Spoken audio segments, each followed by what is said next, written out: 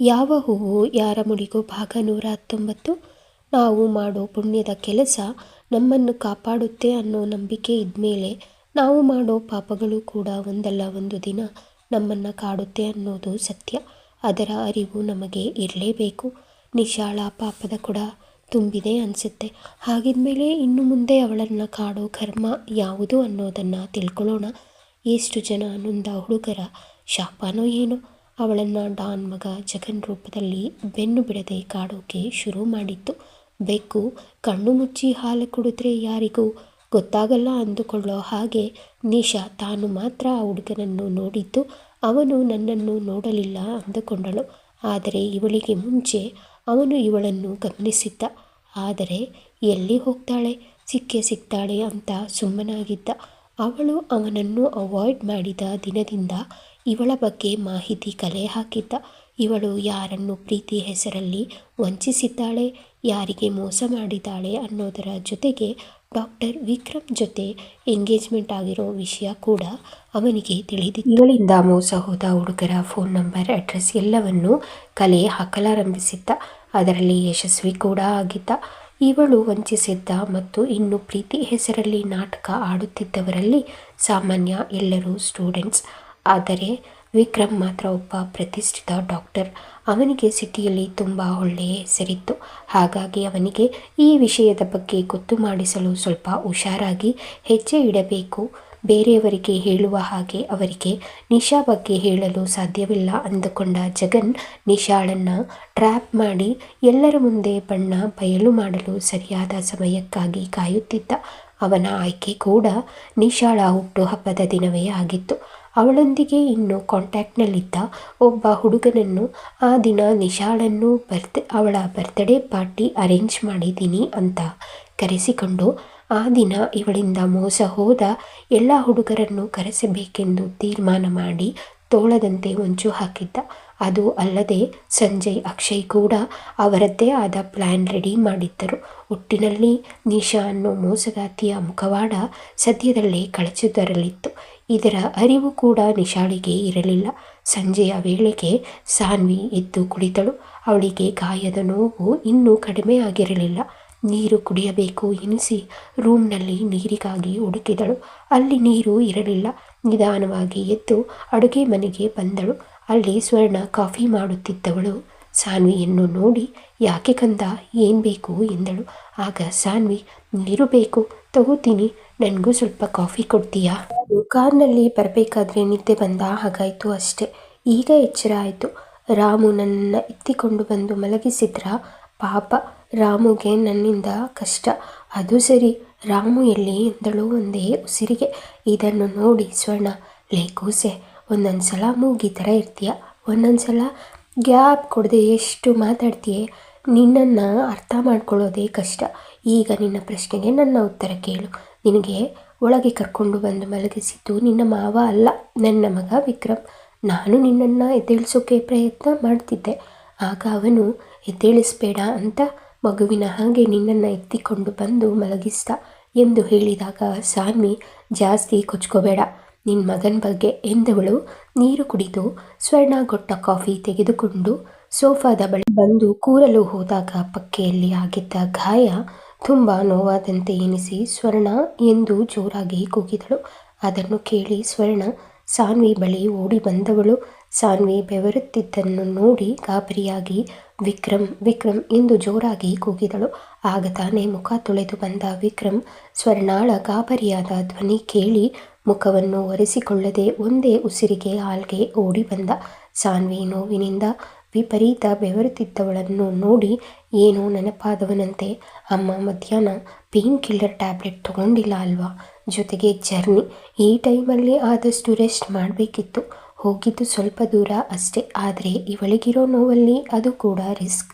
ನೀನೇನು ಗಾಬರಿ ಆಗಬೇಡ, ಇಂಜೆಕ್ಷನ್ ಹಾಕ್ತೀನಿ, ತಕ್ಷಣ ನೋವು ಕಡಿಮೆ ಆಗುತ್ತೆ ಎಂದವನು ಗಡಿಬಿಡಿಯಲ್ಲಿ ರೂಮ್ಗೆ ಹೋಗಿ ಇಂಜೆಕ್ಷನ್ ತಂದವನು ಸಾನ್ವಿಗೆ ಕೊಟ್ಟು ಸಾನ್ವಿಯನ್ನು ಹಾಗೆ ಸೋಫಾದಲ್ಲಿ ಮಲಗಿಸಿ ತಾನು ಅವಳ ಕಾಲ ಬಳಿ ಕುಳಿತ.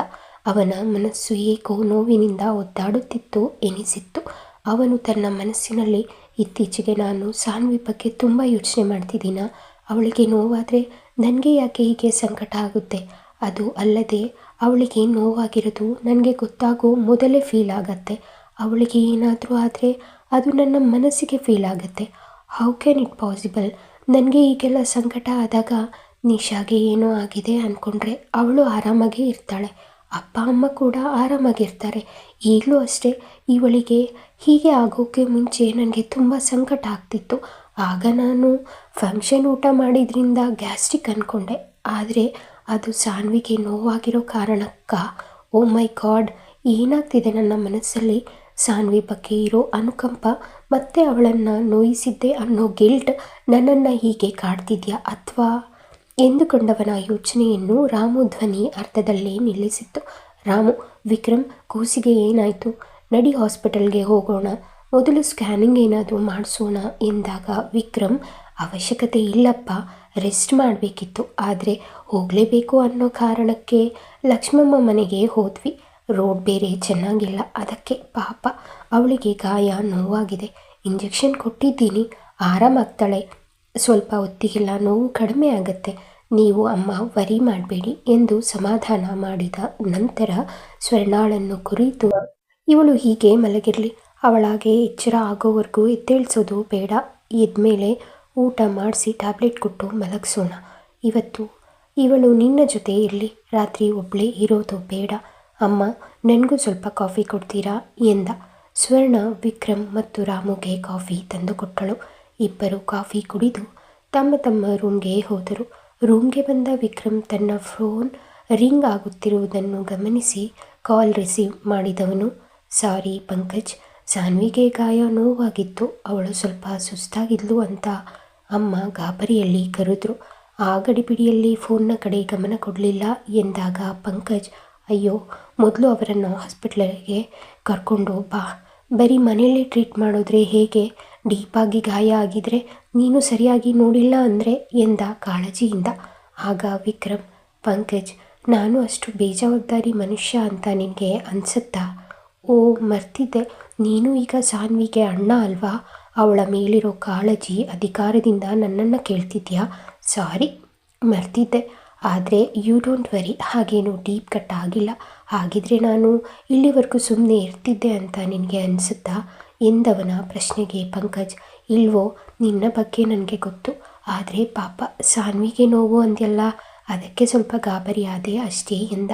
ವಿಕ್ರಮ್, ನಾಳೆ ಕೂಡ ಸಾನ್ವಿನ ಬಿಟ್ಟು ಬರೋಕ್ಕೆ ಆಗಲ್ಲ ಕಣೋ, ನಿನ್ನಿಂದ ಇನ್ನೊಂದು ಹೆಲ್ಪ್ ಆಗಬೇಕು. ಇನ್ನು 2 ದಿನದಲ್ಲಿ ನಿಶಾ ಬರ್ತ್ಡೇ, ಅದಕ್ಕೆ ಯಾವುದಾದ್ರೂ ರೆಸಾರ್ಟ್ನಲ್ಲಿ ಬರ್ತ್ಡೇ ಇವೆಂಟ್ ಅರೇಂಜ್ ಮಾಡೋಕ್ಕೆ ಆಗುತ್ತಾ? ಆದರೆ ಇದು ನಿಶಾಗೆ ಮಾತ್ರ. ಬರ್ತ್ಡೇ ಹಿಂದಿನ ದಿನ ರಾತ್ರಿ 12 ಗಂಟೆಗೆ ನಾನು ಕೊಡೋ ಸರ್ಪ್ರೈಸ್ ಪಾರ್ಟಿ, ಅದರ ನೆಕ್ಸ್ಟ್ ಡೇ ನಿಮಗೆಲ್ಲ ಪಾರ್ಟಿ ಅರೇಂಜ್ ಮಾಡು, ಫ್ರೆಂಡ್ಸ್ಗೆ ಮಾತ್ರ. ನೀನು, ರಾಹುಲ್, ಪ್ರೀತಮ್, ನಿತಿನ್, ಸಂಜಯ್ ಮತ್ತು ಪಲ್ಲವಿ, ರಮ್ಯಾ, ನೀತು ಇವರು ಮಾತ್ರ ಬರ್ತಾರೆ. ಇವಾಗಿನ ಪರಿಸ್ಥಿತಿಯಲ್ಲಿ ಸಾನ್ವಿ 1-2 ದಿನ ಎಲ್ಲೂ ಓಡಾಡೋದು ಬೇಡ. ಇನ್ನೂ ಅವಳನ್ನು ಬಿಟ್ಟು ಅಪ್ಪ ಅಮ್ಮ ಕೂಡ ಬರಲ್ಲ. ಹಾಗಾಗಿ ನಾವಿಷ್ಟೇ ಜನಕ್ಕೆ ಒಂದು ಹೋಟೆಲ್ನಲ್ಲಿ ಟೇಬಲ್ಗಳನ್ನು ಬುಕ್ ಮಾಡು, ಸಣ್ಣದಾಗಿ ಪಾರ್ಟಿ ಕೊಡ್ತೀನಿ ಸಾಕು ಎಂದ. ಈ ಮಾತನ್ನು ಕೇಳಿ ಆ ಕ್ಷಣಕ್ಕೆ ಏನು ಹೇಳಬೇಕು ಎಂದು ತೋಚದೆ ಸರಿ ಎಂದಷ್ಟೇ ಹೇಳಿ ಪಂಕಜ್ ಕಾಲ್ ಕಟ್ ಮಾಡಿದ. ಪಂಕಜ್ ತನ್ನ ಕೆಲಸ ಮುಗಿಸಿ ಮನೆಗೆ ಬಂದವನು ಪಲ್ಲವಿಯನ್ನು ಕುರಿತು, ಪಲ್ಲವಿ, ಸಂಜು, ಪ್ರೀತಮ್ ಯಾರು ಇನ್ನೂ ಬಂದಿಲ್ವಾ ಎಂದಾಗ ಪಲ್ಲವಿ, ಇದೇನಿದು ಸಾಹೇಬ್ರು ಇವತ್ತು ಬಂದ ತಕ್ಷಣ ನನ್ನನ್ನು ವಿಚಾರಿಸಿಕೊಳ್ಳದೆ ಅವರನ್ನು ಕೇಳ್ತಿದ್ದೀರಲ್ಲ, ಏನು ಸಮಾಚಾರ ಎಂದಳು. ಪಂಕಜ್, ಏನಿಲ್ಲ, ಅದು ವಿಕ್ರಮ್ ಎಂದವನು. ವಿಕ್ರಮ್ ತನಗೆ ಹೇಳಿದ್ದ ಪಾರ್ಟಿ ವಿಷಯ ಪಲ್ಲವಿಗೆ ಹೇಳಿದ. ಅವನು ಹೇಳುತ್ತಿದ್ದಾಗಲೇ ಮೊದಲೇ ಮನೆಗೆ ಬಂದಿದ್ದ ಪ್ರೀತಮ್ ಮತ್ತು ಸಂಜು ಪಂಕಜ್ನ ಧ್ವನಿ ಕೇಳಿ ರೂಮ್ನಿಂದ ಹೊರಗೆ ಬಂದು ಇವನ ಮಾತುಗಳನ್ನು ಕೇಳಿಸಿಕೊಂಡವರು ಒಬ್ಬರ ಮುಖ ಒಬ್ಬರು ನೋಡುತ್ತಾ ಕಣ್ಣು ಮಿಟುಕಿಸಿದರು. ಮುಂದೇನು? ವಿಕ್ರಮ್ ಪಂಕಜ್ಗೆ ವಹಿಸಿದ್ದ ಕೆಲಸದಿಂದ ನಿಶಾ ಬಣ್ಣ ಬಯಲು ಮಾಡೋಕ್ಕೆ ಇವರಿಗೆ ಸಹಾಯ ಆಗತ್ತಾ? ತಿಳ್ಕೋಬೇಕಾ? ಕತೆಗಾಗಿ ಕಮೆಂಟ್ ಮಾಡಿ. ಕತೆಯ ಬಗ್ಗೆ ನಿಮ್ಮ ಅಭಿಪ್ರಾಯ ತಿಳಿಸಿ. ನಿಮಗೆ ಈ ಕತೆ ಇಷ್ಟವಾದಲ್ಲಿ ದಯವಿಟ್ಟು ಸಬ್ಸ್ಕ್ರೈಬ್ ಮಾಡ್ಕೊಳ್ಳಿ, ಲೈಕ್, ಶೇರ್ ಮತ್ತು ಕಮೆಂಟ್ ಮಾಡಿ. ಧನ್ಯವಾದಗಳು.